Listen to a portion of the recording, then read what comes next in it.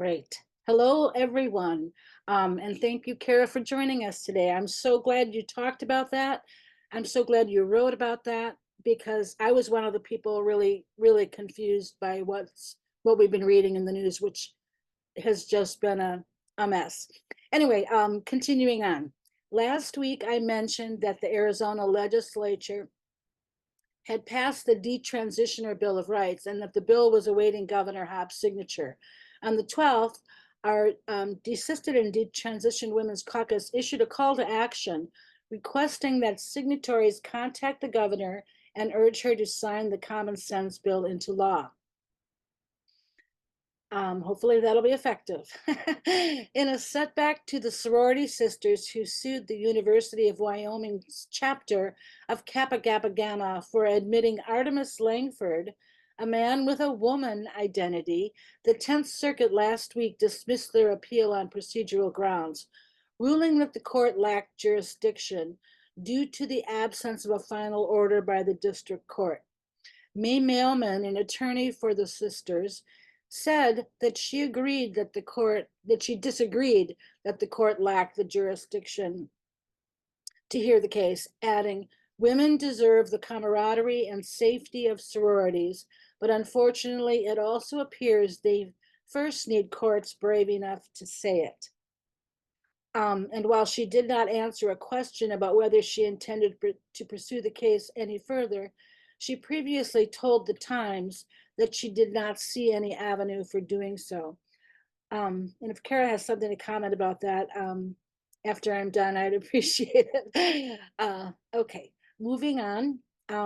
The Our Bodies, Our Sports Take Back Title IX bus tour most recently held events in Las Vegas, Nevada, and Scottsdale, Arizona, with a rally scheduled later today in Columbus, Ohio, and upcoming stops in Charleston, West Virginia, and Chapel Hill, North Carolina, to follow on the 19th and 20th, respectively.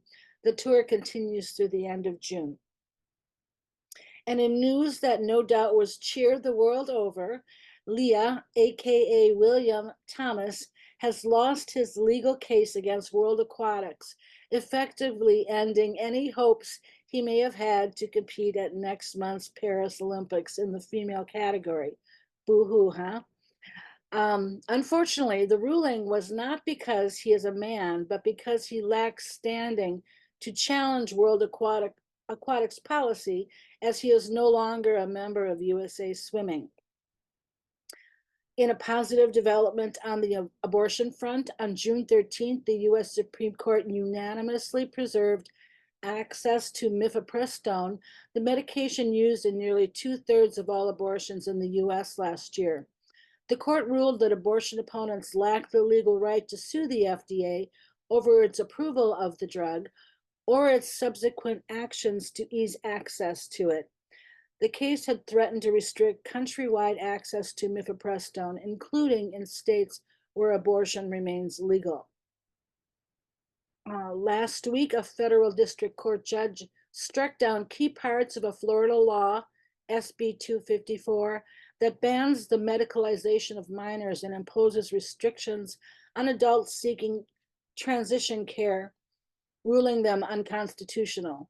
Florida Governor Ron DeSantis expressed confidence that the state will win on appeal, noting that the 11th Circuit Court of Appeals, which includes Florida, has already overturned a law in Alabama that is almost identical to Florida's law.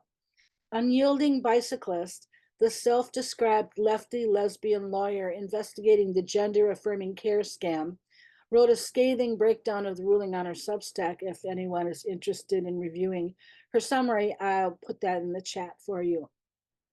And finally, Eitan Haim, the surgical resident who blew the whistle on Texas Children's Hospital after discovering the hospital had secretly continued medicalizing minors after publicly pledging to stop all hormone and surgical interventions on distressed children, is now facing a 4-count federal felony indictment, allegedly for HIPAA violations, though he does not yet know the precise nature of the charges. Dr. Haim claims that no personally identifiable patient health information was disclosed when his evidence was published and believes the indictments are nothing more than a blatant attempt at political intimidation. His Give, Send, Go campaign seeks to raise $1 million for his defense. And that's all I have today. Thank you.